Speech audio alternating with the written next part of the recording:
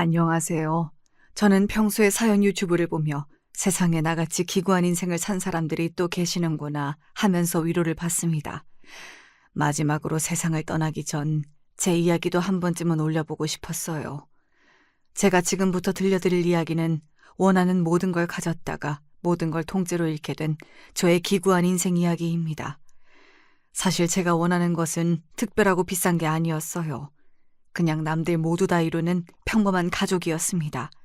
하지만 저에게 이제 남은 가족은 남편밖에 없습니다. 아들, 며느리, 손자 모두와 의절했지요. 대체 무슨 일이 있었길래 제 가족이 산산조각 난 것일까요? 지금부터 천천히 제가 겪은 일들을 다 말씀드릴게요. 저에겐 아들이 한 명 있어요.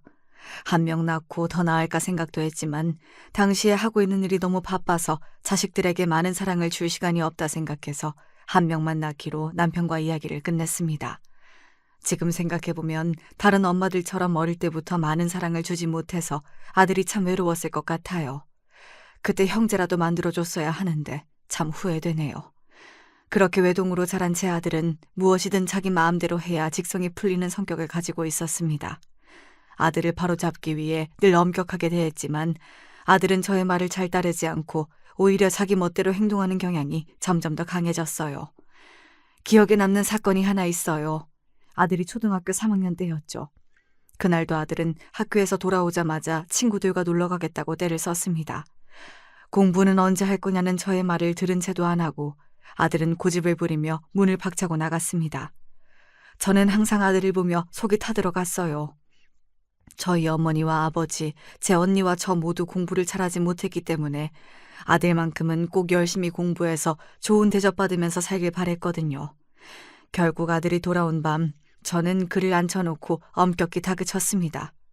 아들이 소리를 지르고 말대꾸를 하길래 제대로 혼내줘야겠다 싶어서 약간의 손찌검도 했어요. 하지만 아들은 그 일 이후로 저를 더 미워하기 시작했고 제 말을 늘 귀로 듣고 한 귀로 흘리며 저를 무시했습니다. 아들이 중학교 때도 모자간의 정이 심하게 깨진 일이 있었어요. 아들이 무리하게 용돈을 요구해서 안 된다고 했더니 이제 공부를 할 거라고 문제집을 여러 개 산다는 말을 하더군요. 저는 기뻐하며 그 말을 믿고 돈을 주었습니다. 하지만 나중에 알고 보니 저를 속이고 그 돈으로 게임기를 산 거예요. 저는 그때도 남편과 식당 일을 하며 주말도 없이 바쁘게 살고 있었기 때문에 아들의 이런 철없는 행동에 정말 화가 났습니다. 내가 이렇게 열심히 돈을 벌어 너를 키우는데 네가 이런 식으로 돈을 쓰는 게 말이 되니? 왜 정신을 못 차려? 내 말 안 들을 거면 나가서 살아! 아들을 겁주기 위해 한 말이었는데 아들은 오히려 눈을 부라리며 저에게 대들었습니다. 그건 엄마가 힘든 거지 제가 힘든 게 아니잖아요. 저도 좀 제 마음대로 하고 살고 싶다고요. 나가라면 못 나갈 줄 알아요? 지금 나갈 테니까 찾지 마세요. 저는 이 말도 화가 나서 그냥 한 말인 줄 알았는데 아들은 정말 그 말을 실행으로 옮겨버렸습니다. 곧장 짐을 싸서 집을 나가버리더군요. 제가 주말 동안 아들 친구에게 전부 전화를 돌려서 3일 만에 겨우 찾긴 했지만 이 일 이후로 저는 아들이 자기중심적이고 세상 물정도 모르는 충동적인 아이라고 생각하게 되었습니다. 이 일 이후로 아들이 집을 나가는 일이 잦아졌어요. 한 번은 정말 제 아들이지만 너무 힘들어서 제가 집을 나가고 싶을 정도로 아들에게 실망한 일이 있었습니다. 바로 아들이 유서를 써놓고 집을 또 나간 것이었습니다. 저는 너무 놀라서 울고불고 난리를 치며 경찰에 전화를 했고 온 동네를 샅샅이 뒤지느라 하루 종일 밥도 못 먹었습니다. 아들과 닮은 사람이 지나가면 미친 듯이 쫓아가다가 무릎이 다 까져 피가 나기도 했어요. 그렇게 아들을 겨우 마주했는데 아들은 사색이 되어 온몸에 땀이 젖은 저를 보고도 미안한 기색 하나 없이 저에게 말하더군요. 왜 왔어요? 근데 이왕 왔으니까 돈이나 주고 가시던가요. 여러분이 그때 제 아들의 표정을 봤다면 정말 깜짝 놀라셨을 거예요. 그 표정은 자식이 부모를 향해 보여줄 수 있는 정도의 표정이 아니었어요. 뭐랄까, 저는 돈 주는 식모처럼 생각하는 듯 하더군요. 저를 벌레 보는 듯한 눈빛으로 바라보는 아들을 보며 저는 정말 마음이 찢어지는 것 같았어요. 심각성을 느끼고 지금이라도 아들에게 더 많은 사랑을 줘서 관계를 개선해 나가야겠다고 생각했습니다. 하지만 어떻게 해야 할지 몰랐어요. 저도 엄마는 처음이었으니까요. 아들을 키우는 건 식당 일보다 힘들더군요. 그래도 제 나름대로 아들과의 관계를 개선해 나갈 방법을 찾았는데 지금 생각해보면 저의 행동들이 아들을 더 이기적으로 만든 것 같아요. 저와 남편은 아들이 유서를 쓰고 가출한 날 이후로 아들이 또 집을 나갈까봐 걱정되어 늘 아들의 기분에 최대한 맞추었습니다. 먹는 것도 아들이 먹고 싶은 것 위주로 먹고 아들이 버릇없게 대해도 그냥 참았습니다. 그리고 공부를 할 때마다 보상으로 돈을 주었어요. 아들이 아니면 도저히 공부를 하지 않고 자기 하고 싶은 것만 하려고 하기 때문에 어쩔 수 없었습니다. 아들이 원하는 것을 모두 맞춰주자 더 이상 집을 나가지 않았고 저와 싸우는 일도 없어졌어요. 하지만 이런 저의 행동 때문인지 아들에겐 항상 나만 있었고 우리라는 개념은 없었습니다. 그래도 아들이 성인이 되어 군대를 다녀오면서 점점 철이 드는 것 같았어요. 알바를 해서 어버이날 용돈을 주기도 하고 착실하게 직장도 들어갔죠. 어릴 때와 똑같이 변하지 않은 점이 있다면 가끔씩 큰 돈을 저에게 요구한다는 것이었습니다. 취업을 하고 나서도 앞으로 출퇴근을 차로 해야겠다며 저에게 비싼 벤츠를 사달라고 했어요. 버는 돈에 비해 너무 씀씀이가 크다고 생각해서 더 작은 차를 사주겠다고 했더니 저에게 심한 말을 하더군요. 이래서 부모를 잘 만나야 한다니까요. 차도 하나 못 사줄 거면서 저를 왜 낳았어요? 벤츠 정도는 있어야 안 쪽팔리게 회사 다닐 거 아니에요. 엄만 저한테 맨날 빨리 결혼하라면서 요즘 벤츠 없는 남자를 여자들이 거들떠보기나 할 것 같아요? 하여튼 저 결혼 못하면 다 엄마 책임인 줄 아세요. 저는 아들의 이 말을 듣고 정말 요즘 아가씨들이 우리 아들을 안 좋아하진 않을까 걱정하며 결국 아들의 설득에 넘어가 벤츠를 사주고 말았습니다. 그때는 아들이 도박을 하는 것도 아니고 그 나이 때 애들이 다 사고 싶어하는 차를 사려고 돈을 달라는 것이었기 때문에 괜찮지 않을까 그저 안일하게 생각했어요. 물론 이렇게 아들이 심한 말을 하면 늘 원하는 것을 들어줬던 저의 행동이 나중에 저와 아들의 관계를 파국으로 만들지 않았을까 지금은 생각합니다.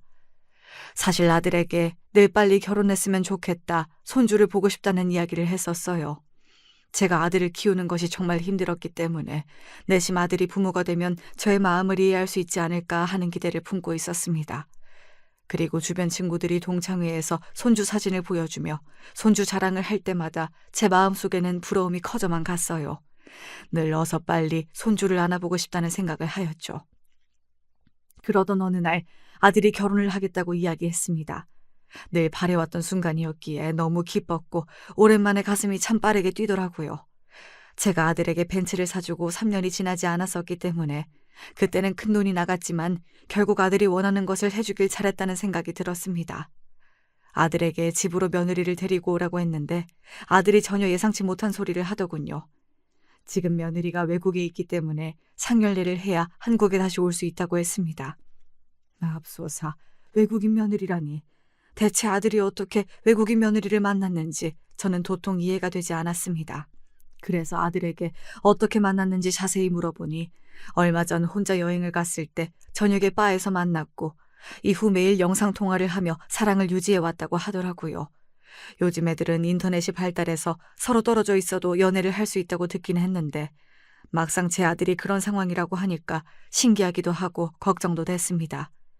실제로 만난 횟수는 얼마 안 될 것이라 생각해 결혼은 좀 이르지 않냐고 물었는데 아들은 저에게 이 정도로 결혼하고 싶은 여자는 없었다고 엄마는 결혼을 서두르라고 할 땐 언제고 왜 딴소리를 하냐며 화를 내려 하더군요. 물론 멀리 떨어져 있는 외국인 며느리라니 걱정이 되긴 했지만 아들과 옛날처럼 사이가 멀어지진 않을까, 아들이 결혼하겠다는 마음이 바뀌진 않을까 생각이 들어 얼른 상견례 날짜를 잡자고 했습니다. 이후 상견례 전날이 되자 저는 사돈을 뵙게 되면 어떤 말을 드려야 할까 종이에 써보며 수백 번 연습했습니다. 그렇게 긴장하며 겨우 잠에 들었고 상견례 날이 되어 며느리를 보자마자 정말 깜짝 놀랐습니다. 듣도 보도 못한 상견례였어요. 제가 도착한 상견례 자리에는 아무도 없고 젊은 외국인 아가씨만 앉아 있었습니다.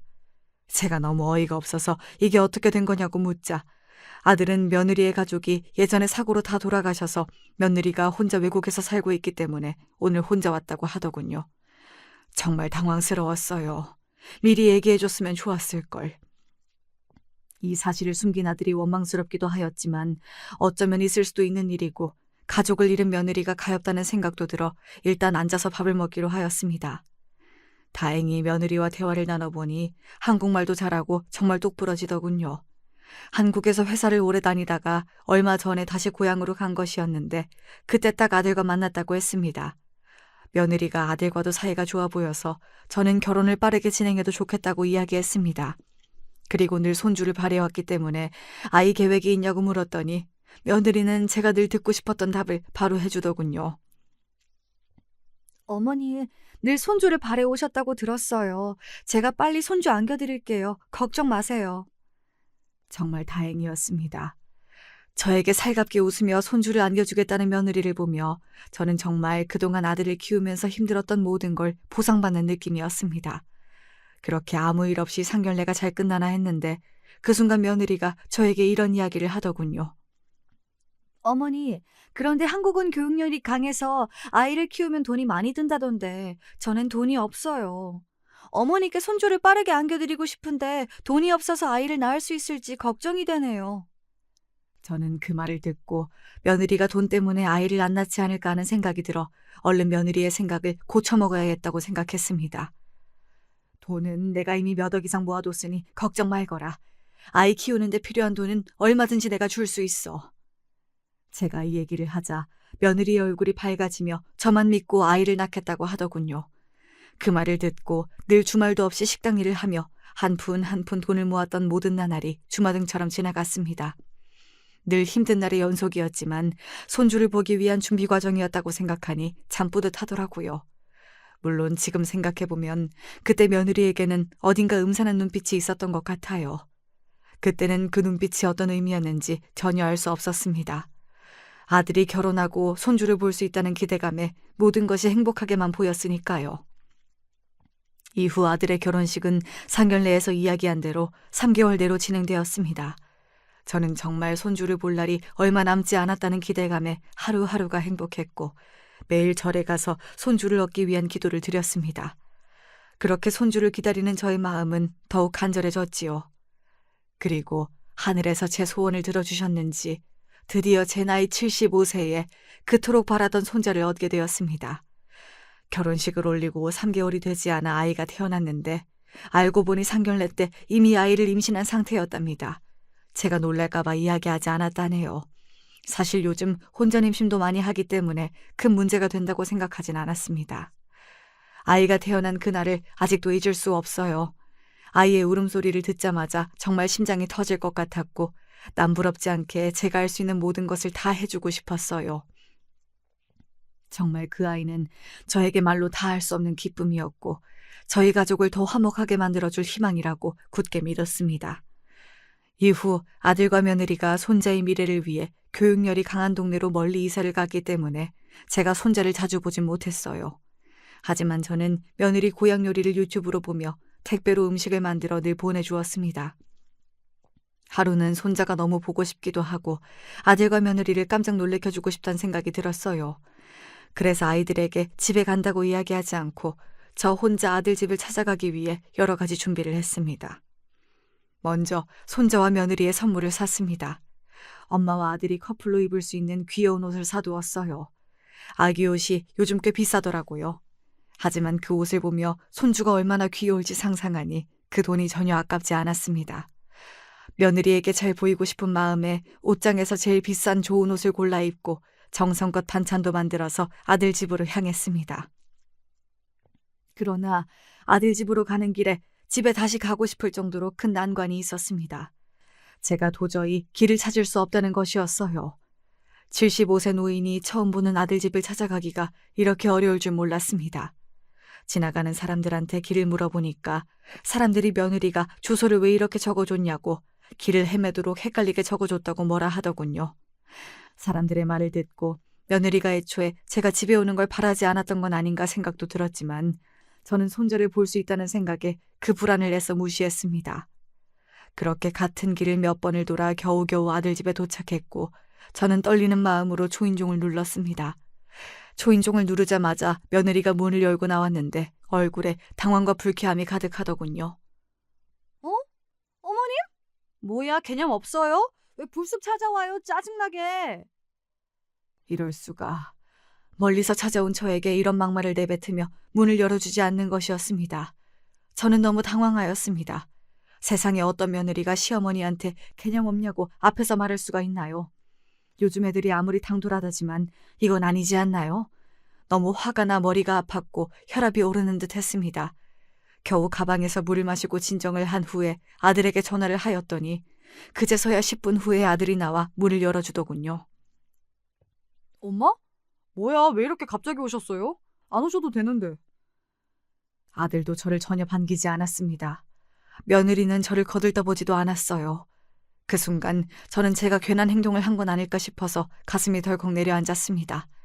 그래도 손자를 보고 싶은 마음에 며느리에게 살갑게 말을 걸며 갑자기 찾아와서 미안하다고 사과를 하며 며느리의 불편한 표정을 내서 모르는 척했죠. 아들은 계속해서 며느리 눈치를 보는 것 같았습니다. 이렇게까지 저를 무시할 줄은 몰랐어요. 참 마음 한편이 쓸쓸하고 비참했습니다. 마침 점심을 먹어야 할 때여서 저는 그래도 다 같이 점심을 먹으면 분위기가 좀 나아지지 않을까 했는데 며느리는 이미 밥을 먹었다며 저에게 직접 식사를 차려서 먹고 설거지를 해놓으라고 하더군요.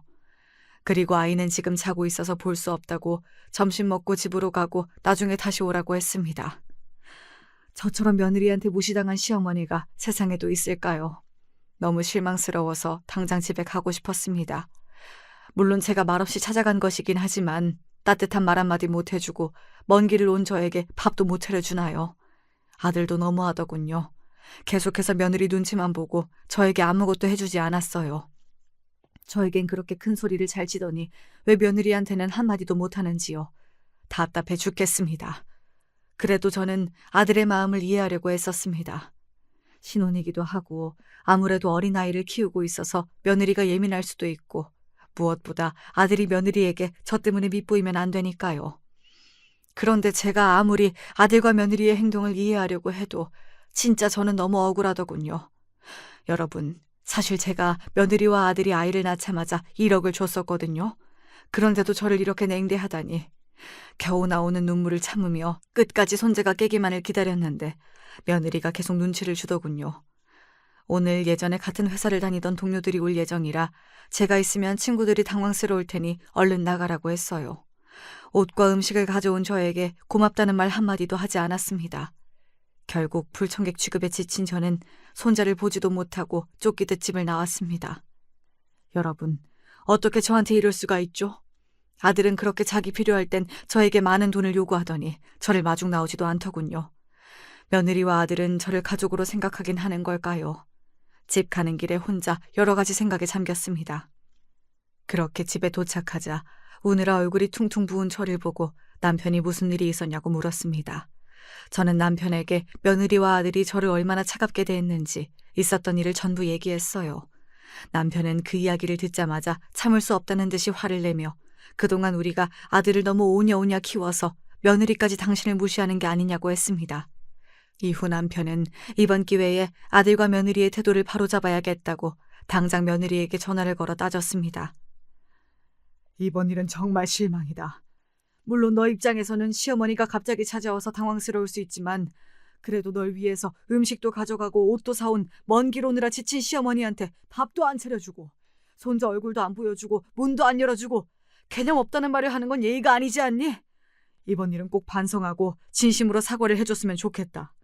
남편은 화를 내면서도 애정어린 목소리로 며느리를 혼냈습니다. 저는 남편이 저를 대신해 화를 내주는 것이 고마우면서도 남편과 며느리까지 사이가 안 좋아지진 않을까 걱정했어요. 며느리가 사과를 하면 저는 오히려 괜찮다고 달래줄 생각이었는데 이게 무슨 정말 예상치 못한 황당한 답이 오더군요. 시아버지, 지금 저 외국인 며느리라고 무시해요? 제가 왜 사과해야 되죠? 사과해야 될 건 갑자기 찾아온 어머니거든요? 가족들끼리도 프라이버시가 있는 거예요. 왜 제가 당신들 때문에 쉬는 날 이런 스트레스를 받아야 하죠? 진짜 짜증나 죽겠어요. 이제 오지 마세요. 이 말이 며느리가 남편에게 전한 대답이었습니다. 남편은 말문이 막혔고 저도 그 자리에 얼어붙어 버렸어요. 어떻게 저렇게 당당할 수가 있는지 참 할 말이 없더군요. 분명 상견례 때는 착하고 다정했는데 제가 사람을 잘못 본 것일까요? 아니면 원래부터 며느리가 이런 사람이었을까요? 아니면 제 아들이랑 살면서 제 아들 때문에 며느리까지 변한 것일까요? 결국 며느리와 말이 통하지 않는다 생각한 남편은 이후 전화를 끊고 아들에게 다시 전화를 했습니다. 하지만 아들도 마찬가지로 저희의 입장을 이해하지 못했어요. 오히려 아들은 며느리의 말에 동조하며 우리를 몰아붙였습니다. 두 분 다 왜 이런 쓸데없는 일로 자꾸 문제를 만들어요? 그러니까 누가 갑자기 찾아오래요? 결혼했으면 저 좀 그만 귀찮게 하세요, 진짜. 정말 아들이나 며느리나 말이 통하는 사람이 없네요. 기가 막혀서 말도 안 나옵니다. 저는 아들의 말을 듣고 아들이 어릴 적 철없던 모습이 떠올랐어요. 그래도 크면서 좀 철이 드는 듯 했는데 이런 상황이 오니까 예전 모습 그대로더군요. 결국 저와 남편은 아들과 며느리에게 되려 사과를 하고 말았습니다. 괜히 이 일로 가족 간의 사이가 틀어질까 봐 겁나기도 했고 어차피 말이 안 통하길래 그냥 서둘러 전화를 끊고 싶었어요. 전화를 끊고 남편과 많은 이야기를 나누며 저희의 교육 방식을 후회했습니다. 처음부터 아들이 마음대로 하는 것을 막았어야 했는데 싸우기 싫어서 늘 오냐오냐 해주다 보니 지금 모습이 된 것 같아요. 며느리는 아들과 다른 성격을 가진 아이이길 바랬는데 지금 보니 제 아들과 똑같이 이기적이고 자기밖에 모르는 성향을 가진 것 같네요. 아들과 며느리에게 이런 대접을 받고 저는 며칠 내내 알아누웠습니다. 몸도 힘들었지만 정신적인 스트레스가 너무 심했어요. 사실 제가 스트레스를 받은 이유가 하나 더 있었습니다. 제가 아들의 집에 간 진짜 이유도 따로 있었어요. 손자를 보기 위한 것이기도 했지만 유산에 대한 이야기도 하려고 했습니다. 참, 제 인생은 왜 이럴까요? 제 자신에게 미안해 죽겠습니다. 늘 일만 한 것도 서러워 죽겠는데 이젠 정말 일도 정리해야 할 때가 왔더군요. 제가 몇 주 전에 건강검진을 받기 위해 병원을 갔습니다. 요즘 들어 배가 아픈 적이 많았는데 나이가 들어서 그렇겠지, 별일 아니겠지 했어요. 하지만 의사로부터 정말 믿을 수 없는 말을 들었습니다. 어머니, 지금 상태가 많이 좋지 않습니다. 최대한 빠르게 치료가 필요할 것 같습니다. 치료를 하신다 하더라도 좋은 결과를 장담할 수는 없어요. 마음의 준비를 하시는 게 좋을 것 같습니다. 이게 대체 무슨 소리인가요? 마음의 준비를 해야 한다니요. 참 인생이 덧없더군요. 정말 너무 무서웠고 제 모든 것이 무너져 내리는 느낌을 받았습니다. 그동안 고생했던 모든 일들이 스쳐 지나갔죠. 제 친구들 중에서도 아파서 병원에 오래 있다가 얼마 전 세상을 떠난 친구가 있어요. 그 친구가 떠오르면서 나도 이제 친구 곁으로 갈 때가 된 건가 하는 생각도 들었습니다. 저 혼자서 감당하기엔 너무 힘들었지만 남편이랑 아들에게 사실대로 말할 수는 없었어요. 남편은 이미 지병이 있어서 스트레스를 받으면 안 되는 상황이었고 아들에게 말하면 안 그래도 이기적인 아들이 오히려 제가 아프면 간호해야 할 것을 걱정해서 저를 더 멀리하지 않을까 두려웠거든요. 그래서 이 진단을 받은 이후로 저는 혼자 여러 가지 고민을 했고 치료를 받으면서도 혹시나 모를 상황에 대비해서 유산 상속에 대한 고민도 하기 시작했습니다. 그날 아들의 집에 찾아간 진짜 이유도 며느리에게만 제 건강 상태를 이야기하고 유산을 상속하려고 한다는 말을 전하기 위해서였어요. 제 입장에서 그나마 며느리가 살갑고 믿을 만한 사람이었기 때문에 앞으로 제가 어떻게 해야 할지도 같이 상의하고 싶었습니다. 어쩌면 저도 며느리에게 기대고 싶었던 것 같아요. 그런데 도착한 순간부터 며느리가 저를 향해 차갑게 막말을 하고 아들은 눈치만 보고 아무것도 하지 않는 것을 보니 아무 말도 할 수가 없었습니다. 정말 깊은 상처를 받았어요.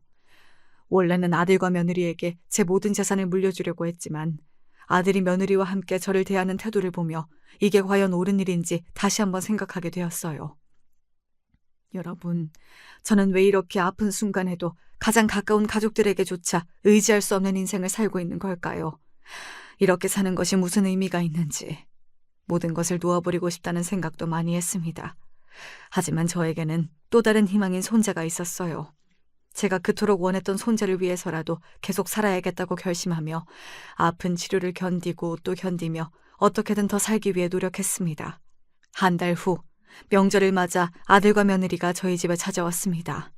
오랜만에 손자를 보니 어찌나 귀엽고 사랑스러운지 또 제법 많이 큰 것 같더군요. 손자를 보면 아픈 것도 다 잊어버리는 느낌이었어요. 다 같이 밥을 먹고 가족들이 모두 모여 과일을 먹을 때 저는 무심코 꺼내면 안 될 이야기를 꺼내고 말았습니다. 내가 그래도 한 푼 두 푼 아껴서 10억은 모아두었지. 나중에 너희에게 상속하려고 생각하고 있었단다. 그 순간 저는 아들과 며느리의 표정이 순식간에 변하는 것을 느꼈습니다. 놀라면서도 기쁨을 감추지 못하는 것 같았습니다. 분명히 말하지만 저는 재산 이야기를 꺼낼 생각이 없었어요. 하지만 제가 유산 상속을 고민하고 있다 보니 아들과 며느리와 이야기를 하면서 자연스럽게 재산 이야기를 해버렸더군요. 그런데 정말 어이없는 건 며느리와 아들이 그 이후로 완전 달라졌다는 것이었습니다. 아이를 낳고 나서 저에게 1억을 받고 이후로 제가 찾아가는 것도 싫어하고 저를 찾아오지도 않으며 무심하게 굴던 며느리가 일주일에 한 번씩은 저희 집에 오더군요. 그리고 갑자기 음식을 하고 있는 저를 찾아와서 말을 걸며 살갑게 대하기 시작했습니다. 어머니, 요즘 건강은 어떠세요? 제가 그동안 아이돌 보는데 너무 지쳐서 어머니한테 투정을 많이 부려서 죄송해요. 어머님께서 더 오래 건강하셨으면 좋겠어요. 제가 뭐든 도와드리고 싶어요. 며느리는 제가 상견례 때 본 살가운 모습으로 다시 돌아왔습니다. 저는 며느리의 이중적인 태도를 알고 있었지만 그래도 일주일에 한 번씩 저를 찾아와 주었기 때문에 한편으론 기뻤습니다. 진짜 가족이 된 것 같은 느낌이랄까요. 그런데 어느 날 며느리가 당황스러운 말을 꺼내더군요. 어머니, 혹시 가지고 있는 재산을 어디에 투자하실 계획은 없으세요? 요즘 좋은 투자처가 많다고 들었거든요. 어머니 투자처 찾기 힘드시면 제가 도와드릴게요. 어머니 모아두신 돈 10억 그냥 저한테 맡기면 안 돼요? 돈 이야기를 이렇게 직접적으로 꺼낼 줄을 몰랐어요.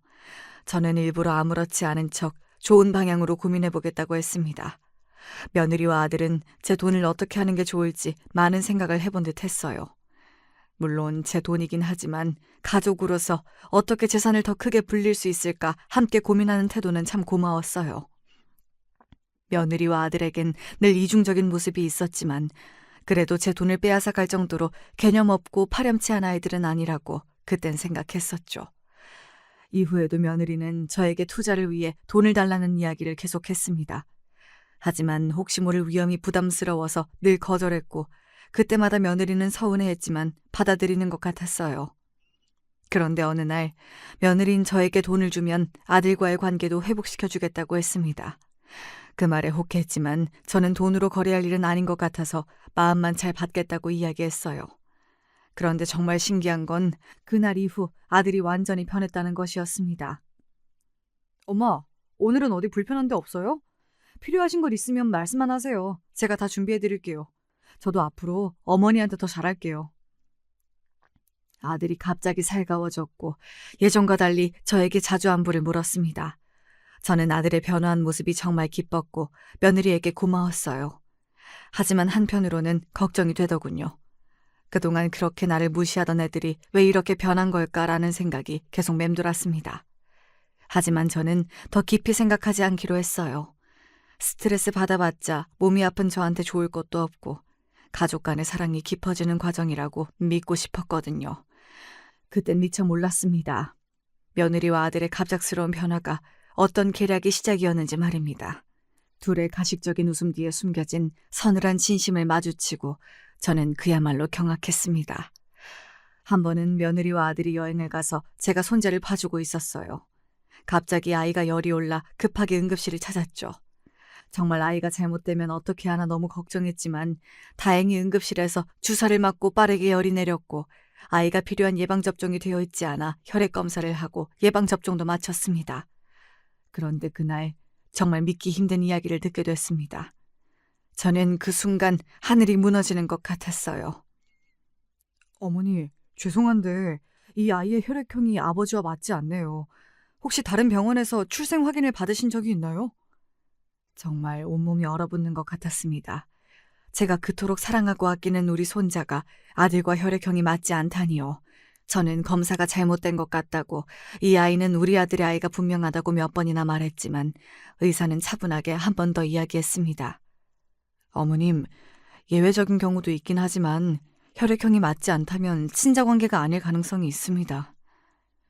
아니 제가 어떻게 얻은 손자인데 우리 아들의 핏줄이 아니라니요. 이게 말이 되나요? 대체 이게 무슨 청천벽력 같은 말입니까? 병원을 다녀온 후 의사 선생님의 말이 계속해서 제 머릿속을 맴돌았고 저를 괴롭혔습니다. 결국 저는 아들과 며느리 몰래 유전자 검사를 해보기로 결심했어요. 그 누구에게도 말하지 않고 조심스럽게 검사에 필요한 머리카락을 가져왔습니다. 솔직히 마음속으로는 아니겠지, 설마 그럴 리가 없겠지라고 계속 생각했지만 설마 하는 불안감을 떨칠 순 없었어요. 그리고 며칠 후 검사 결과를 받았을 때 저는 그 자리에서 그대로 주저앉아 버렸습니다. 대체 왜 저만 이런 시련을 겪어야 하는 걸까요? 제가 받은 종이에는 그토록 사랑하던 제 손자가 제 아들과는 아무런 혈연 관계가 없다고 적혀 있었어요. 저는 이 사실을 도저히 받아들일 수가 없었고 어떻게 된 것인지 고민하며 분노했습니다. 당장 이 사실을 밝히고 며느리한테 따지고 싶었어요.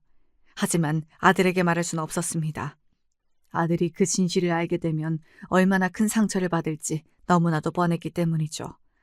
다음 날 저는 며느리를 찾아갔고 이게 어떻게 된 일인지 물었습니다. 그랬더니 며느리의 답이 참 뻔뻔하더군요.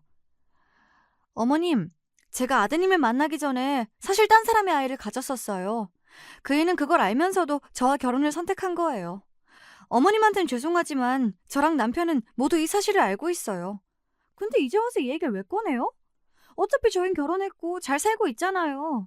요즘 입양도 많이 하니까 어머니도 그냥 진짜 손자다 생각하고 늘 했던 것처럼 잘 대해주세요. 그럼 문제 없어요. 이 말을 들었을 때 정말 말이 안 나오더군요. 그 순간의 충격이 아직도 생생하게 기억납니다. 아들이 알고 있다는 것도 놀라운데 저에게 죄송하다는 말 한마디 하지 않는 며느리의 뻔뻔한 모습이 참 소름 돋더군요. 그날 이후 손자를 볼 때마다 이상한 기분이 들었어요. 아들과 며느리가 저를 찾아올 때도 예전만큼 반갑지 않았습니다. 그래도 어떻게든 세 명이서 단란하게 잘 살면 되지라는 생각으로 이 슬픔을 겨우 버티고 있었는데 더 경악할 만한 사건이 생겨버렸습니다. 어느 날 우연히 며느리가 저희 집에서 통화하는 것을 엿듣게 되었어요. 며느리는 굉장히 차분하고 조용한 목소리로 무언가를 지시하고 있었습니다. 그 말투가 너무나도 낯설고 섬뜩해서 저는 무의식적으로 문틈 사이로 며느리를 지켜보았습니다. 누군가에게 돈에 관한 이야기를 하고 있는 것 같았어요. 내가 말한 대로 처리해. 대출 다 땡겨서 받고 신용불량자처럼 보이게 해. 지금 방법이 없어. 투자도 안 한다잖아. 아들이 빚 안 갚으면 신용불량자 될 판인데 돈을 안 주겠어? 이 말을 듣는 순간 저는 머릿속이 새하얘졌습니다. 며느리가 투자 얘기를 저한테 계속 꺼냈기 때문에 제 돈을 노리고 있다는 것을 직감적으로 알 수 있었어요. 그리고 이어지는 며느리의 뒷말이 더 충격적이었습니다. 여보, 이 돈 받으면 다시 돌아갈게. 당신 아들 데리고. 다시 한번 말하지만 당신이 맡은 일 절대 실수하지 말아야 해. 이게 대체 무슨 소리인가요? 정말 배신감에 숨이 쉬어지지 않더군요. 며느리가 통화하고 있는 사람은 바로 손자의 친아빠이자 며느리가 아들과 결혼 전에 만나던 사람이었습니다. 안 그래도 몸이 좋지 않았던 저는 결국 이 통화를 듣고 그대로 기절하고 말았습니다. 이후 병원에서 눈을 뜨자마자 며느리가 저에게 괜찮냐고 물었습니다. 저는 며느리의 물음에 아무런 말도 하지 않고 혼자서 눈물만 흘렸습니다. 그날 밤 집에 돌아와서도 며느리와의 통화 장면이 머릿속에서 떠나지 않았고 결국 한숨도 자지 못했습니다. 여러분, 대체 며느리는 언제부터 이런 끔찍한 계획을 세우고 있었던 것일까요? 상견례에서 돈 이야기를 꺼낼 때부터일까요? 아니면 제가 재산이 더 있다고 이야기했을 때부터였을까요? 며느리가 이렇게 불륜을 저지르고 제 재산을 모두 가지고 다시 돌아가려는 계획을 세우고 있는 것도 모른 채 제 아들이 며느리의 소나귀에서 놀아나고 있다는 사실이 너무 마음이 아팠습니다. 뭘 어디서부터 어떻게 바로잡아야 할지도 모르겠더군요. 그 후 저는 아들을 불러 조용히 대화를 나눴습니다. 하지만 아들은 이미 며느리의 말에 완전히 속아 넘어가 있었어요. 제가 무슨 말을 하든 저를 이상한 눈빛으로 바라보며 반박하더군요. 엄마, 드라마 너무 많이 보셨어요. 왜 자꾸 이런 쓸데없는 걱정을 하세요? 저희 가족 아무 문제 없어요. 얼른 돈이나 주세요. 요즘 저희 투자 공부하고 있거든요. 엄마가 돈 안 주시면 저 무리하게 저 대출도 받을 거예요. 저는 그 순간 며느리의 통화가 떠올라서 아들에게 절대 대출을 받지 말라고 사정하며 말했지만 아들은 오직 돈만을 요구하며 제 모든 경고를 무시했죠. 아들의 눈에는 제가 하는 말이 그저 돈을 주기 싫어하는 부모의 핑계처럼 보였던 것입니다. 그리고 정말 충격적인 건 며느리의 계략이 이미 시작되었다는 것이었습니다. 먼저 아들은 이미 저 몰래 거액의 대출을 받았더라고요. 하늘이 무너지는 것 같았습니다. 아들이 절대 몇 년 안에 그 돈을 갚을 수 없을 텐데 며느리가 뭐라고 했길래 이런 선택을 한 것인지 참담했습니다. 저는 그 순간 정말 고민했지만 아들에게 제가 들은 며느리의 불륜 사실이 담긴 통화를 말할 수 없었습니다. 며느리를 사랑하는 아들이 받을 상처가 너무 두려웠어요. 하지만 속으로는 며느리의 끔찍한 음모를 멈출 방법을 찾아야 한다는 생각에 마음이 다급해졌습니다. 이대로 놔두면 아들이 모든 것을 잃게 될 것이기에 어떻게든 막아야 한다고 생각했죠. 제가 할 수 있는 모든 방법을 동원해서라도 아들을 지키고 싶었어요. 저는 결국 며느리의 불륜 사실을 숨긴 채 며느리가 너를 통해 내 재산을 빼돌려서 외국으로 혼자 가버리려는 계획을 세우고 있다는 것을 아들에게 말해주었습니다. 하지만 아들은 저의 말을 단 하나도 믿지 않고 저를 망상에 빠진 사람으로 취급했어요. 그리고 얼마 후 정말 끔찍한 일이 벌어졌습니다. 그날은 제 남편이 친구들과 멀리 여행을 떠난 날이었어요. 갑자기 집으로 사람들이 들이닥치더라고요. 갑자기 제 손을 잡고 저를 끌고 가려고 했습니다. 너무 놀라서 왜 그러냐고 막 저항을 하는데 자기들이 정신병원 직원이라고 이야기하며 저에게 같이 병원에 가야 한다고 하더군요. 여러분, 이게 대체 무슨 상황인가요? 제가 왜 정신병원에 가야 하나요? 오히려 아픈 곳은 따로 있는데. 저는 잘못 찾아온 것 같다고 소리를 질렀고 계속해서 가지 않겠다고 소리를 지르며 저항했습니다. 여기서 더 어이없는 건 다음 장면이에요. 갑자기 2명의 사람이 저희 집에 들어오더군요. 바로 며느리와 아들이었습니다. 저는 그 순간 며느리가 아들을 설득해 이 일을 꾸몄다는 것을 알 수 있었습니다. 어머니, 요즘 어머니가 망상에 빠져서 저희가 너무 힘들어요. 정신병원에서 치료 잘 받고 나오세요. 그렇게 며느리의 마지막 말과 함께 병원 직원들이 저를 끌고 갔고 저는 결국 정신병원에 며칠 동안 갇혀 있었습니다. 그때 정말 살아있다는 생각이 들지 않았고 아무리 며느리를 사랑해도 저와 대화 한번 하지 않고 정신병원에 저를 보내버린 아들이 정말 원망스럽더군요. 3일째 음식도 먹지 않고 죽은 듯 지냈습니다. 어차피 죽을 거 그냥 빨리 죽는다 생각해야겠다 하며 완전히 삶을 포기했어요. 그러다 4일째 되던 날 갑자기 퇴원을 시켜주더군요. 알고 보니 남편과 친구들이 상황을 파악하고 저를 구해준 것이었습니다. 이 사건 이후로는 저는 아들을 당장 며느리와 이혼시켜야겠다고 생각했습니다. 제가 정신병원에 가 있는 동안 며느리는 말도 안 되는 일을 더 많이 꾸미고 있었더군요. 특히 제 돈을 어떻게든 빼내려고 애를 쓰고 있었습니다. 몇 개의 통장에서는 돈을 빼가더군요. 대체 무슨 자격으로 제 돈을 탐내는지 정말 이해할 수가 없었습니다. 저는 이 사실을 알자마자 변호사에게 전화를 걸었습니다. 변호사님, 큰일 났습니다. 며느리가 제 재산을 모두 가지고 외국으로 가려는 준비를 하고 있는 것 같아요. 이후 변호사도 제 상황을 심각하게 받아들이고 해결 가능한 방법들을 논의하기 시작했습니다. 그런데 며느리는 저보다 한 발 앞서 있었습니다. 제가 변호사와 통화한 사실을 어떻게 알았는지 곧바로 은행 계좌를 동결시키는 법적 조치를 취했습니다. 은행에서 계좌가 동결되어서 거래를 진행할 수 없다고 말하는 것을 듣고 저는 경악을 금치 못했습니다. 대체 어떻게 며느리가 제 상황을 알고 빠르게 움직일 수 있었을까요? 알고 보니 며느리는 아들을 통해 제 모든 계획을 미리 알아내고 있었던 것이었습니다. 다음 날 정말 어이없게도 며느리가 저를 찾아와서는 그래도 가족이었으니까 마지막으로 경고해 주는 거라며 이런 말을 하더군요. 어머니, 이제 다 끝났어요. 더 힘 빼지 말고 저에게 모든 재산을 넘기세요. 제가 남편이랑 어머니 불쌍하니까 1억 정도는 드릴게요. 참나, 제 돈 10억을 가져가고 1억만 주겠다니 이게 말이 되는 소리인가요? 며느리는 그제서야 그동안 숨겨왔던 본심을 대놓고 드러내더군요. 그 표정은 무서울 정도로 냉정했고 오로지 돈만을 바라는 욕망이 가득한 눈빛을 하고 있었습니다. 며느리는 심지어 아들을 진짜 신용불량자로 만들겠다고 협박했습니다. 어머니, 하나뿐인 아들이 신용불량자가 되는 꼴 보기 싫으시면 남은 카드도 비번 다 내놓으세요. 이 말에 저는 온몸이 굳어버렸습니다.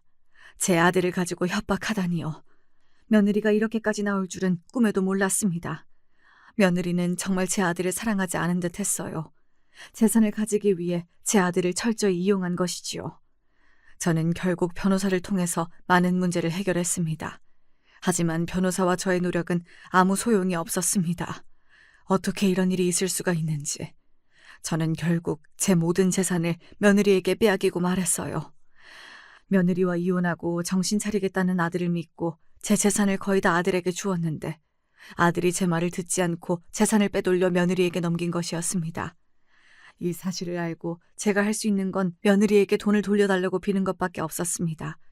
하지만 며느리는 돈을 돌려주겠다면서 저를 희망 고문했고 계속해서 돈을 돌려주지 않았습니다. 아들은 저에게 적반하장의 태도를 보이더군요. 그 돈을 가지고 외국으로 가서 며느리와 새로운 사업을 시작할 것이고 돈을 많이 모으면 그때 돌려주겠다고 했습니다. 아들은 며느리의 불륜을 모르고 있었기에 며느리를 철석같이 믿고 있었어요. 며느리에게 빼앗긴 재산과 아들의 돌발 행동으로 매일매일 너무 불안한 하루를 보냈습니다. 그리고 다음 날 저는 며느리가 한국에 온 목적, 즉 며느리의 진짜 실체를 알게 되었습니다. 정말 최악이더군요. 제 친구의 아들이 경찰인데 저에게 전화가 와서 예전에 제 며느리를 본 적이 있는데 보이스피싱 범죄 조직에 연루된 것 같다고 말했습니다. 그 말을 듣고 제가 너무 놀라서 지금까지 있었던 일을 이야기해 주었더니 이 일이 범죄 조직의 계획인지 개인의 계획인지 알 필요도 있을 것 같다고 심각하게 이야기했습니다. 결국 저는 경찰에 가서 있었던 일을 모두 이야기했습니다. 안타깝게도 그때 아들과 며느리는 더 이상 제 연락을 받지 않았습니다. 저는 빨리 이 상황을 해결하고 싶은 마음도 있고 마지막으로 며느리와 좋게 이야기하면서 돈을 어떻게든 돌려받아야겠다는 생각에 무작정 며느리 집을 찾아갔습니다. 며느리에게 문자로 안에 들어가 있겠다고 하자 며느리가 갑자기 전화가 와서 절대 안 된다고, 집에 절대 들어가면 안 된다고 난리를 치더군요. 저는 그 순간 집에 무언가가 있다는 안 좋은 느낌이 들어 수리기사를 불렀고 무작정 문을 따고 집에 들어갔습니다. 들어가자마자 정말 말도 안 되는 드라마 같은 장면이 펼쳐졌습니다. 제 인생 태어나서 그런 상황은 처음 봅니다. 며느리와 아들이 5만 원권 현금으로 돈을 뽑아서 캐리어 안에 가득 쌓아둔 것이었습니다.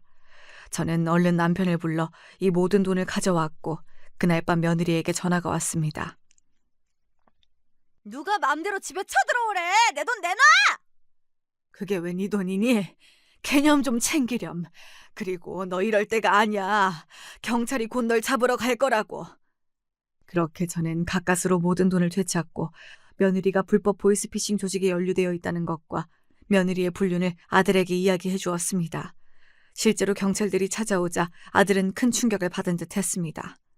며느리는 한 푼도 챙기지 못하고 경찰을 피해 아들에게 인사도 하지 않고 외국으로 떠나고 말았습니다. 아들의 입장에선 졸지에 평생 미래를 꿈꿔오던 아내와 아들을 잃게 된 것이지요.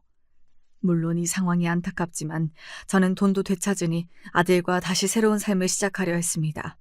하지만 집에는 황량한 기운만이 감돌았습니다. 아들은 모든 것을 잃고 절망에 빠져 있었고 저도 제 핏줄이 아니었지만 손자에 대한 그리움을 완전히 떨칠 수는 없었습니다. 그리고 이후 저에게 가장 큰 충격은 바로 아들의 태도였습니다. 아들은 며느리가 떠나고 난 후 모든 분노와 원망을 저에게 쏟아부었어요. 이 모든 게 엄마 때문이에요. 왜 돈을 진작 주지 않아서 이 사단을 만든 거야? 돈을 줬으면 외국으로 안 도망갔을 거라고. 불륜도 안 저질렀을 거라고. 엄마가 내 인생을 망쳤어. 모든 게 엄마 때문이야. 세상에, 며느리의 범죄와 불륜이 제 탓이라뇨. 아들의 말은 날카로운 빗으로 제 가슴을 찌르는 듯 했습니다. 아무리 제가 사랑하는 아들이라도 이런 말을 들으면 모든 정이 다 떨어져 나가는 것 같았어요. 그래도 제가 낳은 아들이니까 다시 식당 일을 시작하며 열심히 돈을 모아보자고 설득했고 더 좋은 사람은 만날 수 있을 것이라고 위로했습니다. 하지만 아들은 저의 말을 한 귀로 듣고 흘렸고 점점 더 제가 감당할 수 없을 정도로 폭력적으로 변해갔습니다. 아들은 처음에는 언성만 높이다가 나중에는 가구를 부수고 물건을 던지며 저를 향해 폭력을 행사했습니다. 사춘기 때도 이런 모습을 보인 적이 없었는지라 저는 두려움에 떨며 아무 말도 하지 못했습니다. 결국 저와 남편은 아들을 감당할 수 없다는 판단을 내렸고 정신병원에 잠시 보내서 치료받게 하기로 결정하였습니다. 이후 병원에서 온 직원들이 아들을 데려가는 날 아들은 저를 향해 마지막으로 소리를 질렀습니다. 다시 한번 말하지만 엄마가 날 이렇게 만든 거야. 이 세상에서 사라져버려! 아들의 비명을 들으며 저는 내가 아이를 이렇게 만들었나 후회와 자책이 밀려왔습니다. 하지만 제가 할 수 있는 다른 선택이 없었어요. 그리고 아들에게 끝내 제가 아픈 것을 이야기하지 못했습니다. 안 그래도 정신적으로 온전하지 못한 아들이 더 힘들어지지 않을까 걱정되었기 때문이죠. 시간이 지나고 아들이 병원에서 퇴원하는 날이었어요. 아들이 좋아하는 음식을 해두었고 앞으로 아들과의 관계를 회복하며 열심히 살아야겠다고 다짐했습니다. 하지만 아들의 생각은 저와 많이 달랐습니다. 엄마, 마지막으로 부를게요. 이제 저한테 엄마는 없어요. 잘 지내세요. 이 말을 끝으로 아들은 자취를 감춰버렸습니다. 아들은 병원에 있는 동안 저를 많이 원망한 모양입니다. 저는 아들과 모든 것이 끝났다는 생각에 주저앉아 하염없이 눈물을 흘렸습니다. 그렇게 저는 며느리와 아들, 손자와 단란한 가족을 꿈꿨지만 결국 아들도 며느리도 손자도 모두 잃어버렸습니다. 대체 일이 어쩌다 이렇게 꼬인 걸까요? 제 재산이 문제였을까요? 제가 모든 재산을 아이들에게 미리 줬다면 둘이 잘 살았을까요? 여러 생각이 들었지만 돌이킬 수 있는 건 아무것도 없네요. 이 글을 쓰는 지금 저는 남편과 여행을 준비하고 있습니다. 더 이상 저에게 남은 것이 없으니 제가 모아둔 돈 쓰면서 남은 인생 마무리하려고 합니다. 몸이 아파서 멀리 갈 순 없을 것 같아요. 지금까지 제 기구한 인생 이야기 들어주셔서 감사합니다. 여러분은 꼭 가족들과 행복한 일상 보내면서 건강하게 오래오래 사시길 바랍니다.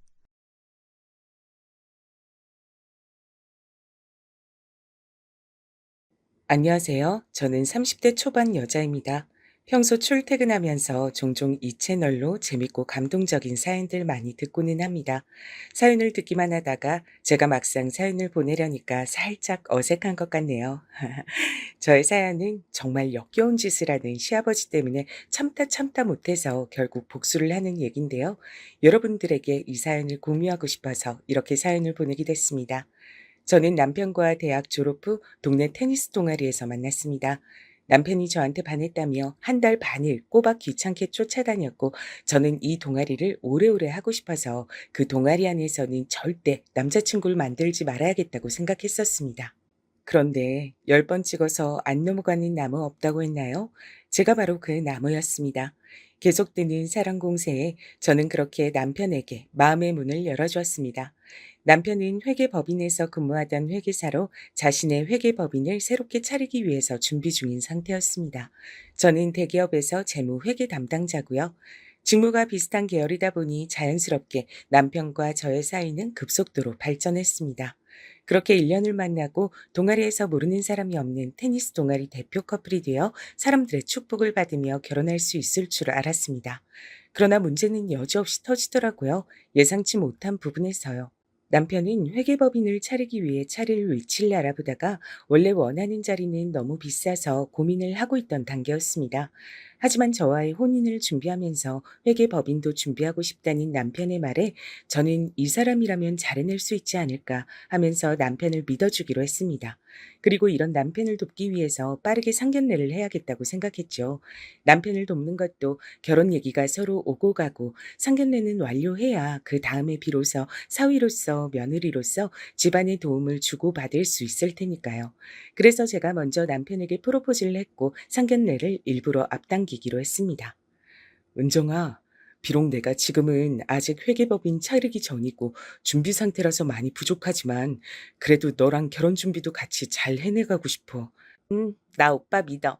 믿으니까 상견례를 차라리 빨리 진행하면 어떨까 싶은데 그래야 양쪽 집안에서 얘기 오고 가기도 편할 테니까 우리 상태 오픈하는 게 서로 편하고 어차피 필요한 과정일 거잖아. 빠르면 빠를수록 좋지. 그래야 오빠 회계법인 차리는데 도움도 더 받을 수 있고. 음? 상견례를 벌써 하자고? 너무 이르지 않나? 뭐, 나야 뭐 큰 상관은 없지만 보통 상견례는 부담스럽다고 생각하는 사람이 많아서 대부분 최대한 늦게 하는 걸로 미룬다던데. 우리 은정이는 아닌가 보네. 멋지다, 우리 은정이. 고마워. 역시 나한텐 우리 은정이뿐이야. 내가 쫓아다닌 보람이 있다니까 정말. 아이고, 이팔불출. 나는 오빠가 준비하는 회계법인도 얼른 자리 잡을 수 있게 도와주고 싶고, 그리고 얼른 우리 결혼 진도를 앞당기려면 상견례 먼저 하는 게 여러모로 편할 것 같아서 그런 거였어. 오빠가 그렇게 생각해 주니까 고맙네. 잘 생각했다. 기특해. 말도 어쩌면 이렇게 이쁘게 할까. 우리 은정이는 정말 완벽해. 천사야, 천사. 나는 도대체 무슨 복인지 정말 모르겠다니까. 못 말려, 진짜. 상견례에서도 이렇게 티내려고? 조금 자제해 주셔요. 아, 맞다. 그러면 오빠 부모님께 말씀드려서 상견례 원하시는 날짜 있는지 한번 여쭤봐. 나는 우리 엄마 아빠한테 말씀드려 놓을게. 엄마랑 아빠도 엄청 기뻐하실 것 같아. 그럼 당연하지. 내가 부모님한테 당장 말씀드려서 날짜 잡아볼게. 고마워, 은정아. 뭐야, 맨날 고맙대. 사랑한다고 해줘야지. 사랑해. 집에 벌써 다 왔네. 우리 은정이랑 헤어지기 싫다. 이제 곧 같이 살 거니까 지금은 조금 참아야겠지? 그러게. 벌써 집에 도착해버렸네. 나도 오빠랑 있으면 시간이 너무 빨리 가는 것 같아. 항상 아쉽다니까.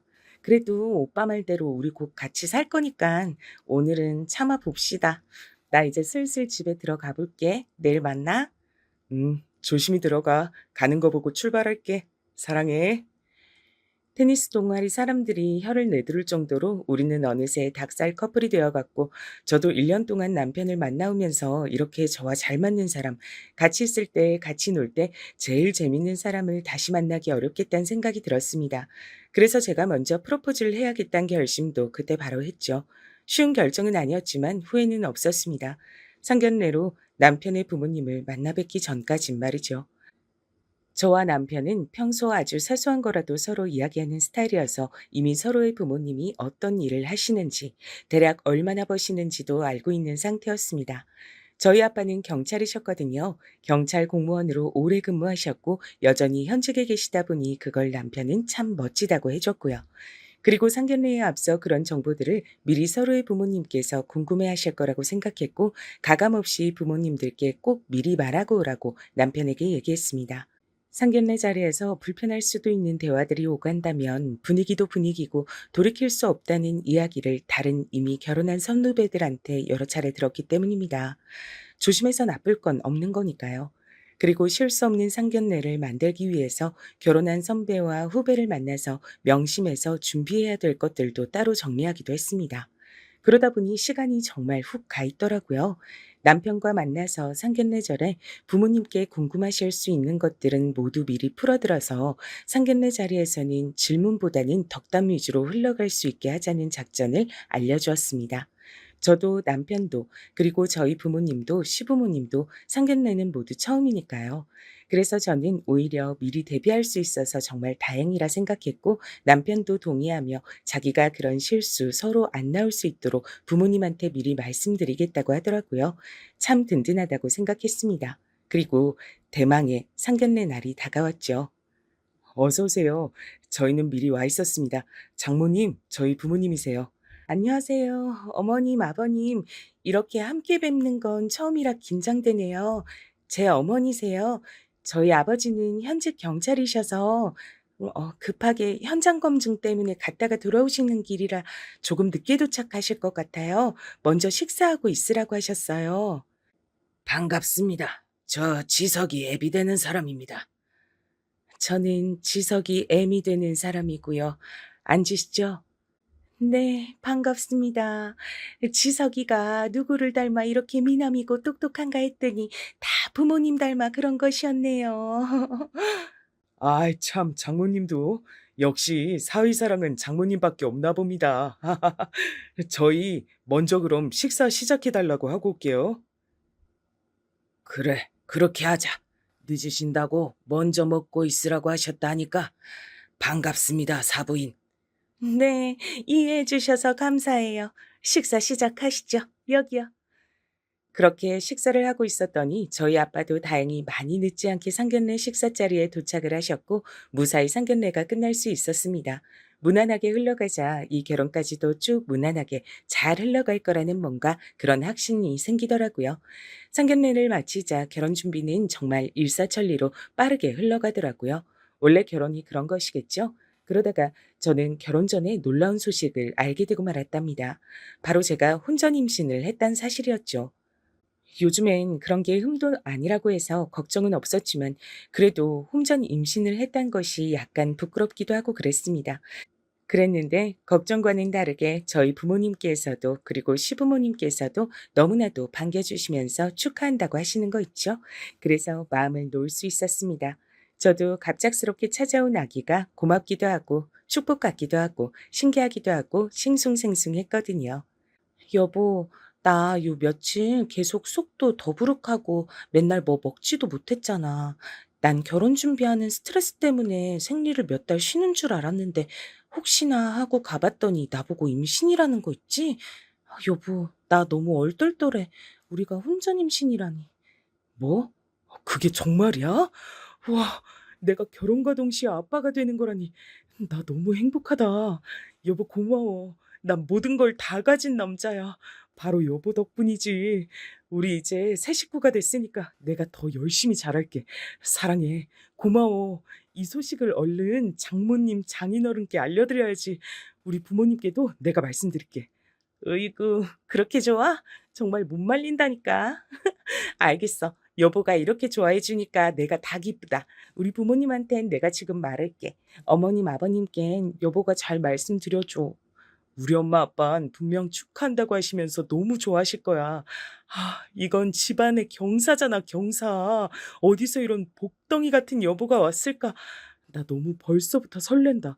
우리 아긴 딸일까, 아들일까? 아이, 참. 여보도 아직 8주밖에 안 됐는데 지금은 알 수가 없대. 얼른 어머님, 아버님께 전화드리고 와. 나도 전화드릴게. 그렇게 저는 임신을 한 상태였기에 더 빠르게 결혼식을 올려야 하는 상황이 되었습니다. 그래서 결혼까지 그리 오래 걸리지 않았죠. 남편과 모두에게 축복받는 결혼식을 올리고 신혼집에서 행복한 신혼생활과 태교를 함께하게 됐는데요. 신혼집은 아무래도 시어머니께서 아기를 출산한 후에 전적으로 맡아주시게 될 걸 생각해서 시댁 동네로 가게 됐습니다. 저희 엄마도 아빠처럼 경찰은 아니셨지만 공무원이셔서 저처럼 낮부터 저녁까지는 출퇴근을 하고 사무실에 있어야 했거든요. 남편도 자기의 회계법인을 새롭게 차리기 위해서 준비하느라 저보다 더 정신이 없을 때였고, 저도 대기업에서 재무 회계를 맡고 있었으니까요. 저희 아기가 나오는 시기는 정말 바쁜 시즌이라 전적으로 육아를 맡아주실 분이 필요했거든요. 부모를 쓸까 생각도 해봤는데 남편의 회계법인을 차리느라 돈이 많이 들어갔어서 그마저도 좀 부담이 되는 건 사실이더라고요. 결혼을 준비하고 결혼을 하고 나니까 정말 돈 들어갈 일이 산더미인 거 있죠? 게다가 시어머니께서 아기 보는 거 좋아하신다고 하나뿐인 손주 본인이 직접 육아 도와주고 싶다고 먼저 흔쾌하게 이야기해 주셔서 너무나 감사하게도 그렇게 맡기게 됐죠. 그래서 신혼집을 시댁과 가깝게 할 수밖에 없었고요. 그런데 제가 말씀드렸던 것처럼 문제는 항상 예상치 못한 곳에서 발생하더라고요. 상견례 때는 떨어져 앉아서 몰랐던 저희 시아버지는 유독 불필요한 터치가 많으신 분이었습니다. 처음 저에게 불필요하게 어깨를 잡으실 땐 친근함의 표시라고 생각하고 조금 불쾌하더라도 넘어가려고 했습니다. 제가 불편해도 막 불편하다고 말씀드리기엔 어려운 시아버지라는 존재였으니까요. 남편은 회계법인을 준비하면서 점점 더 바빠졌고 저는 혼자 집에서 밥을 먹는 일이 자주 생겼습니다. 그럴 때마다 시어머니께선 저에게 전화를 하셔서 오늘도 혼자 먹을 거면 밥 숟가락 하나만 더 얹으면 되니 같이 식사하자고 해주셨고 저는 자주 그렇게 시어머니, 시아버지와 저녁 식사를 하게 됐습니다. 예, 새아가 오늘도 저녁 혼자 먹니? 요즘 우리 지석이가 회계법입 차린다고 너무 바빠서 정신이 없어가지고 우리 새아가를 이렇게 혼자 독수공방하게 만들었네. 내가 대신 미안해. 우리 집 늘 새밥하니까 숟가락만 하나 더 얹으면 되거든. 거리도 가까운데 우리 집 와서 저녁 먹고 가라. 응? 아, 어머님, 저 괜찮아요. 정말 괜찮은데, 제가 가서 밥 해주시는 거 얻어먹고 그러면 너무 염치도 면목도 없을 것 같아서요. 제가 알아서 챙겨 먹을게요. 마음만 받을게요. 감사해요. 신경 써주셔서요.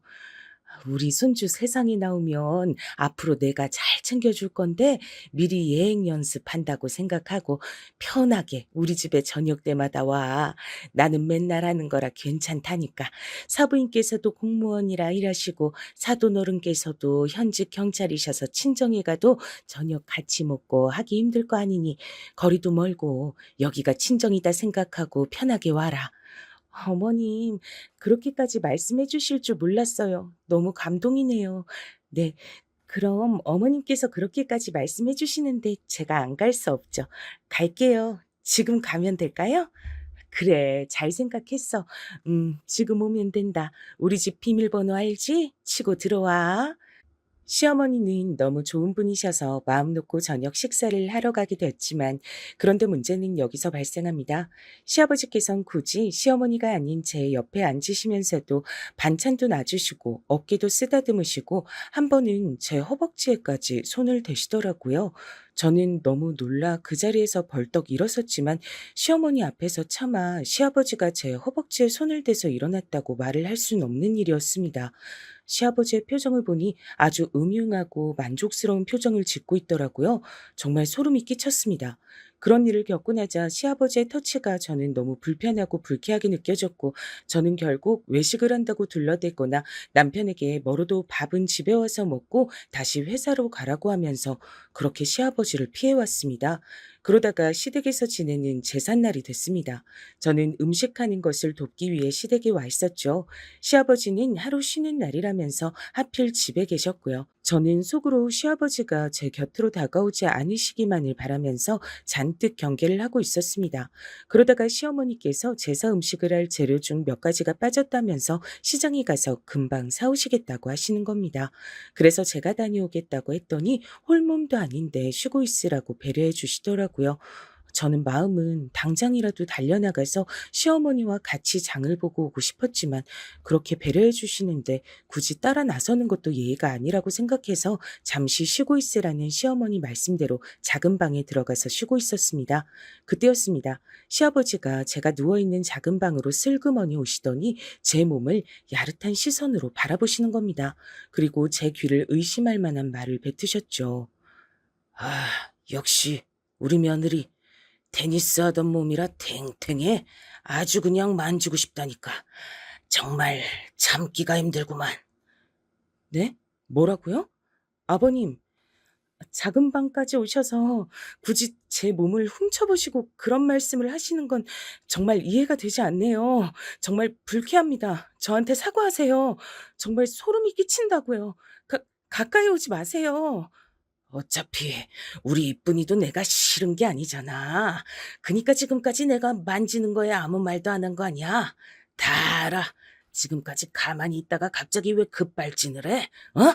편하게 누워있어. 난 우리 이쁜이 감상 좀 할 테니까. 나가주세요. 이렇게 아버님께서 절 쳐다보고 계시는데 어떻게 제가 마음 편히 누워서 쉬고 있겠어요? 어머님 보시기에 미안하지도 않으신가요? 어떻게 며느리인 저한테 이러실 수가 있으세요? 저 참다 얘기한 거라고요.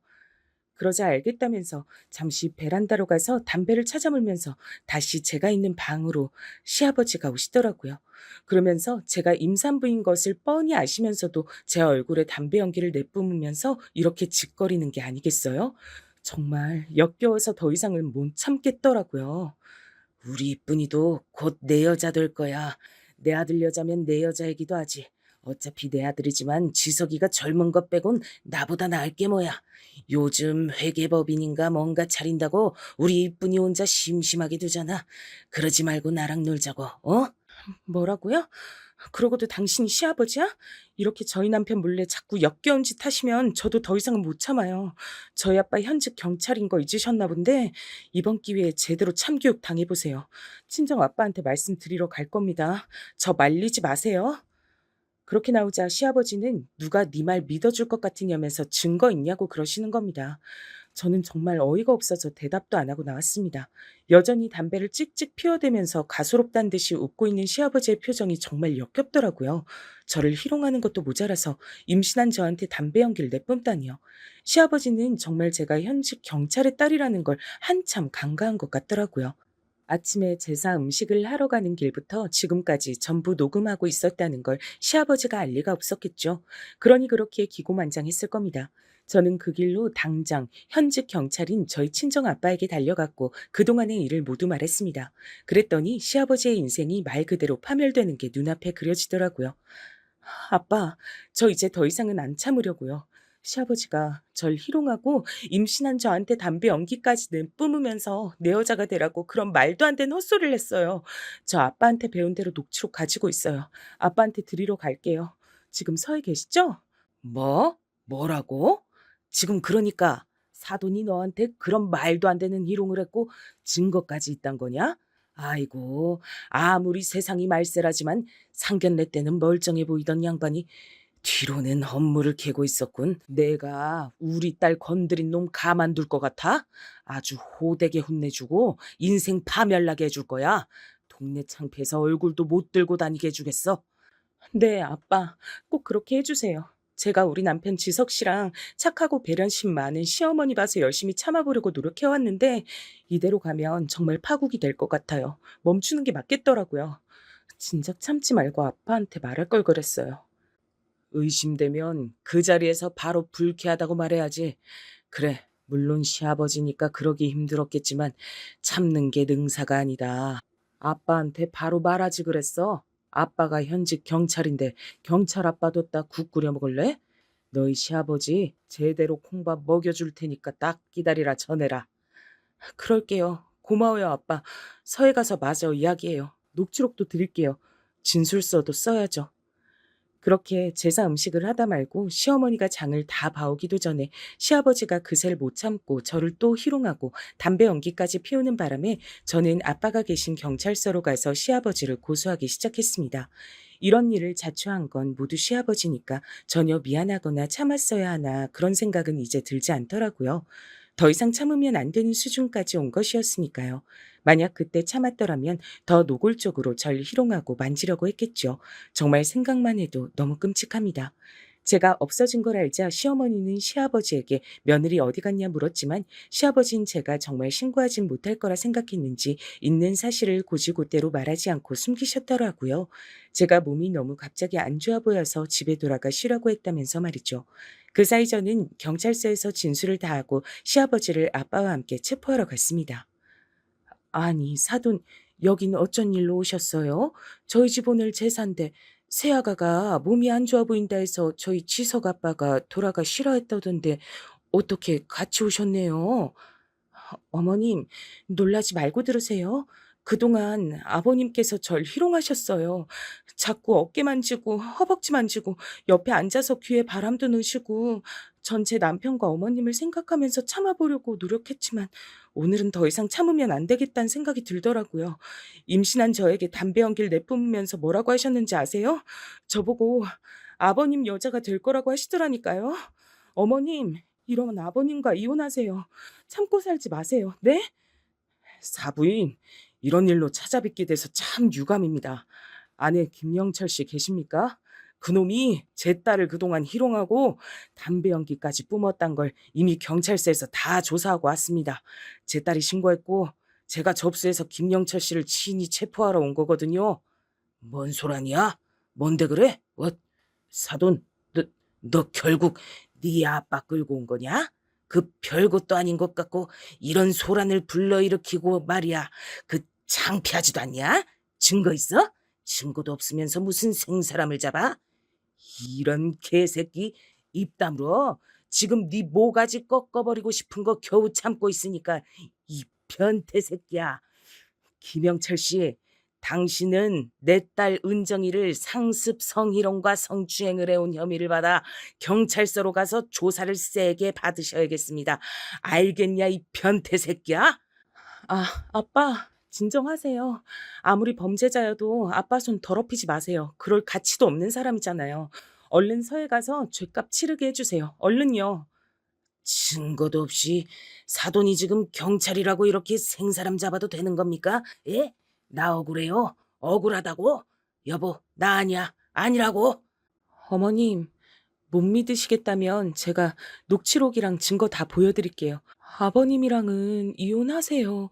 그 편이 훨씬 나아요. 증거 다 있어요. 정말이에요. 일단 아빠, 범죄자 좀 끌어내주세요. 저는 어머님이랑 마저 이야기 좀 하고 다시 서로 갈게요. 그래, 은정아, 사부인. 실례가 많았습니다. 너는 따라 나와, 이 개새끼야. 오늘이 네 인생 파멸로 가는 날이야, 알아? 이 성범죄자 새끼야. 넌 이제 동네에서 얼굴도 못 들고 다닐 거다. 그걸로 끝인 줄 알아? 우리 딸은 합의는 없어. 넌 감방에 가게 될 거다. 각오하는 게 좋을 거야. 감히 현직 경찰 딸을 건드려? 이 변태 새끼 손발을 다 꺾어버릴까 보다. 뭐? 그럼 증거가 다 있단 거야? 아니, 언제부터 녹음을 했다고? 이건 말도 안 돼. 그동안 다 녹음을 했다고? 야비하게 이러기 있어? 잘못했다. 제발 감옥만은 가지 않게 해줘. 제발, 어? 성범죄자 주제에 말이 많네요. 아빠, 저 이 꼴 좀 안 보게 해주세요. 태교에 안 좋잖아요. 가요, 어머님. 우선 들어가서 다시 말씀드릴게요. 저희 아빠에게 수갑이 채워져서 질질 끌려가는 시아버지를 보면서 정말 인간이 어디까지 추해질 수 있는지 확실히 깨닫게 됐습니다. 저는 우선 남편도 지금 얼마나 바쁜지랑 상관없이 당장 집안에 큰일이 났으니 튀어오라고 했습니다. 그렇게 남편까지 모두 시댁으로 모인 지금 저는 그동안의 시아버지의 성희롱과 성추행에 대해 낱낱이 밝혔습니다.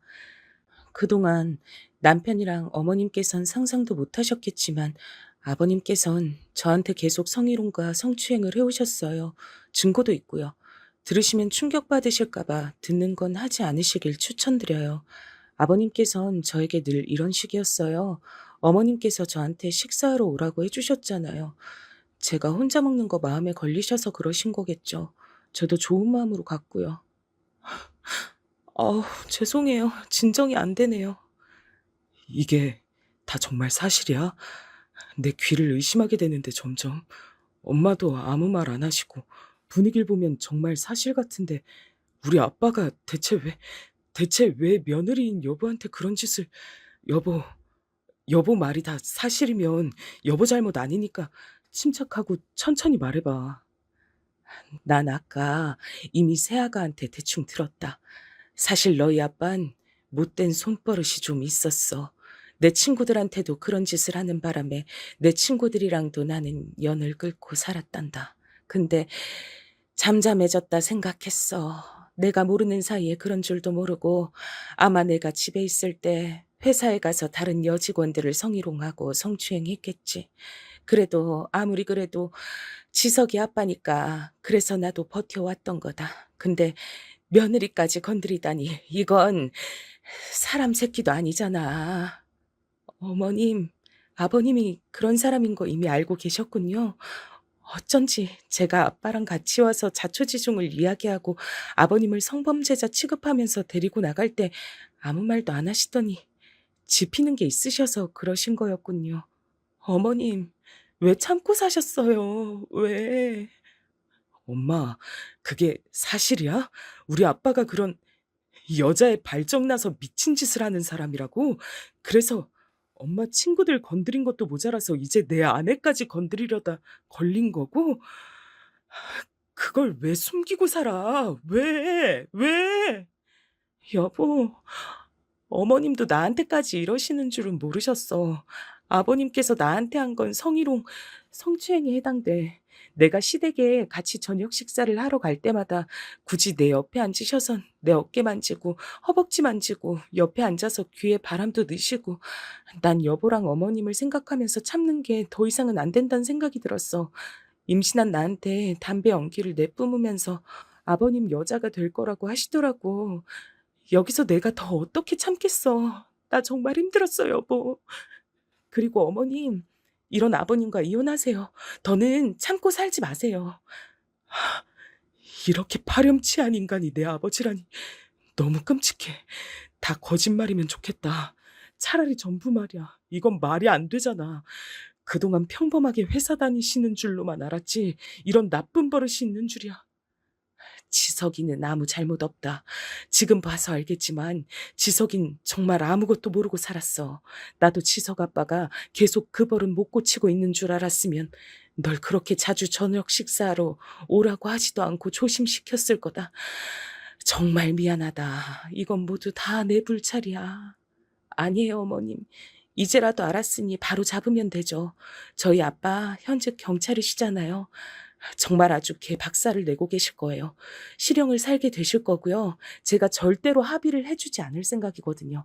그러니까 어머님, 이 동네 떠나서 저희랑 같이 이사해요. 네? 그래. 절대 합의해주지 마. 그런 인간은 내 아버지도 아니야. 감방에 가서 10년, 아니 20년, 평생 늙어 죽을 때까지 나오지 말고 깜빵에서 죽었으면 좋겠으니까. 여보가 그동안 마음고생 많았네. 난 그것도 모르고 바보같이 회계법인에서만 미쳐가지고. 여보 탓 아니야. 범죄자가 나쁜 거지. 난 어머님이랑 이 동네 뜨고 싶어. 여보, 범죄자인 시아버지가 구속되고 나면 어머님도 여기서 사시는 거 절대 편하지 않으실 거야. 알잖아. 우리나라 얼마나 소문이 빠르고 찔긴지. 그러자. 그래. 그게 좋겠다. 고마워. 그리고 미안해. 그동안 몰라봐줘서.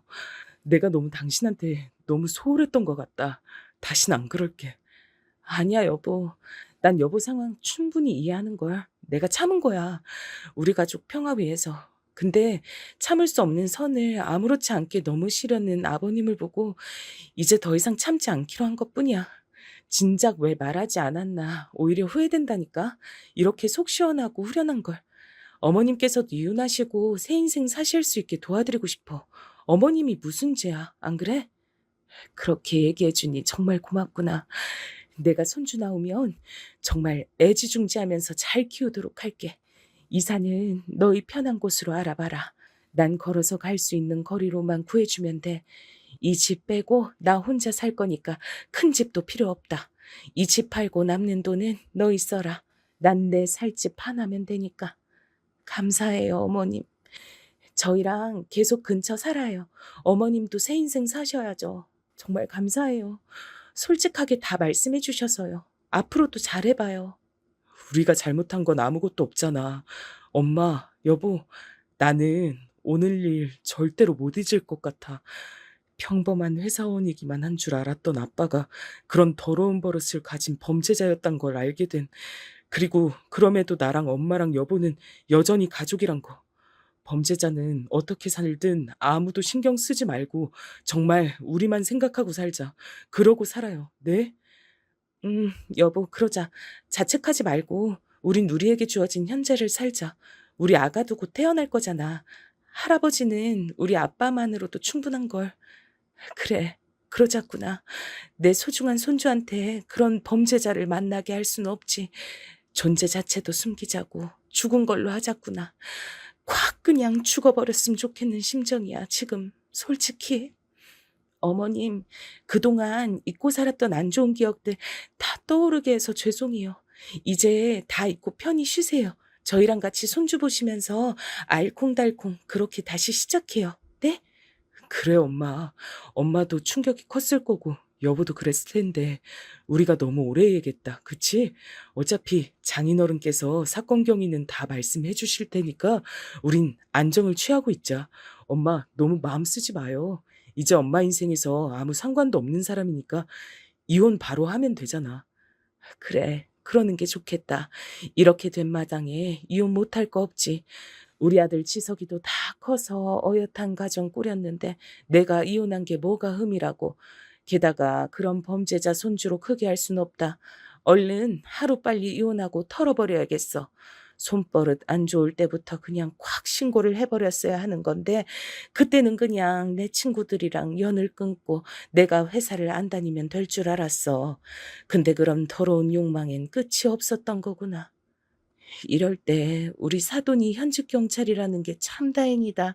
이런 일이 사실 그냥 가족끼리면 원만히 합의 보라고 하는 곳도 있을 거거든. 요즘 세상인데도 말이야. 그런데 현직 경찰로 사돈께서 든든히 지키고 계시니까 나도 추가 진술을 하는 게 그 인간 죗값 치르는 게 도움이 되지 않을까 싶네. 어머님 괜찮으시겠어요? 죗값이야 더 과중되겠지만 어머님께서 내키지 않으시면 굳이 나서지 않으셔도 돼요. 충분히 죗값 치르게 할게요. 하지만 어머님께서 그 인간한테 제대로 죗값 치르게 하고 싶어서 그러시는 거라면 진술하시는 거 찬성이에요.